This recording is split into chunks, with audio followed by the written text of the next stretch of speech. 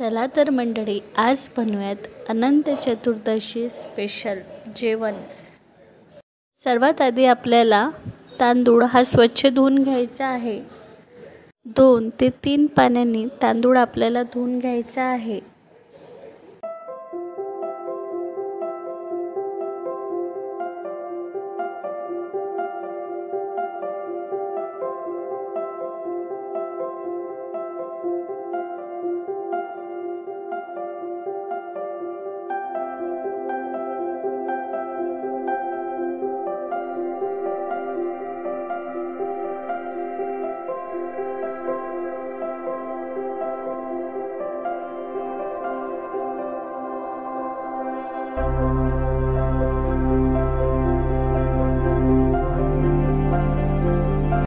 कुकरच्या 3 ते 4 शिट्ट्या आपल्याला होऊ द्यायच्या आहेत।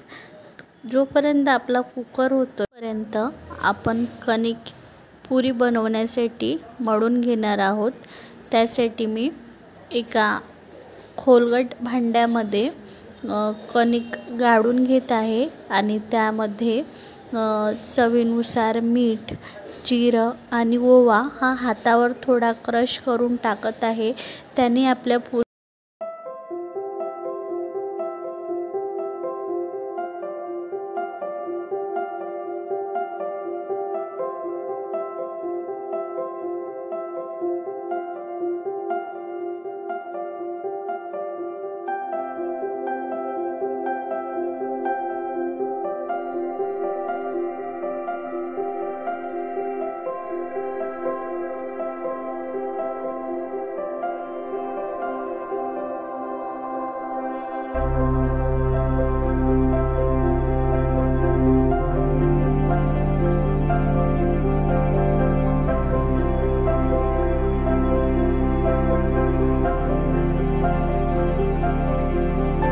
आता आपण हे कणिक 10 मिनिटे भिजण्यासाठी ठेवणार आहोत। त्यासाठी त्यावर एक झाकण ठेवून कणिक आपल्याला साईडला 10 मिनिटे ठेवून द्यायची आहे।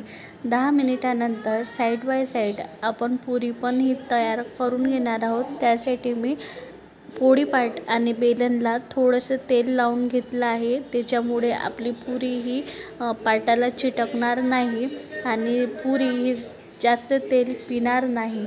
अशा प्रकारे मी पुरी लाटून घेत आहे।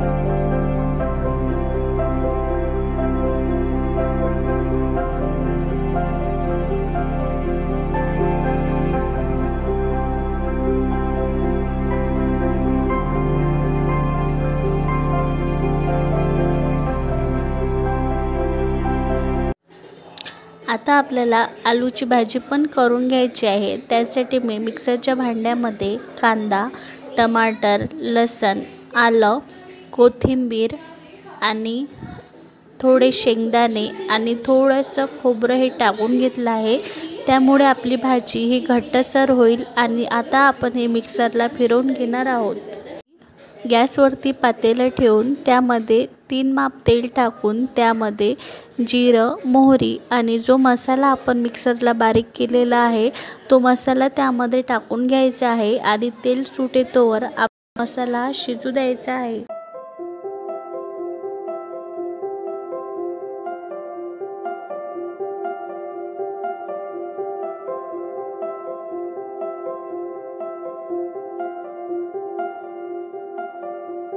साइड बाय साइड आलूचे साल पण काढून घ्यावे आणि आलूचे साल काढून झाल्यानंतर ती जेवढे लहान मोठे तुकडे पाहिजे त्या प्रमाणात ते कट करून घ्यावेत।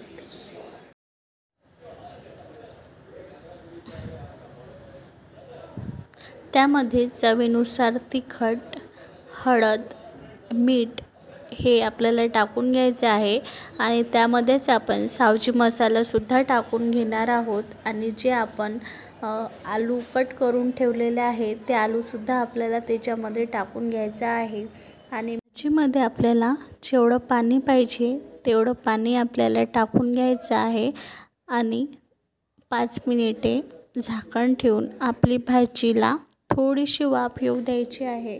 अशा प्रकारे आपली भाजीसुद्धा तयार आहे।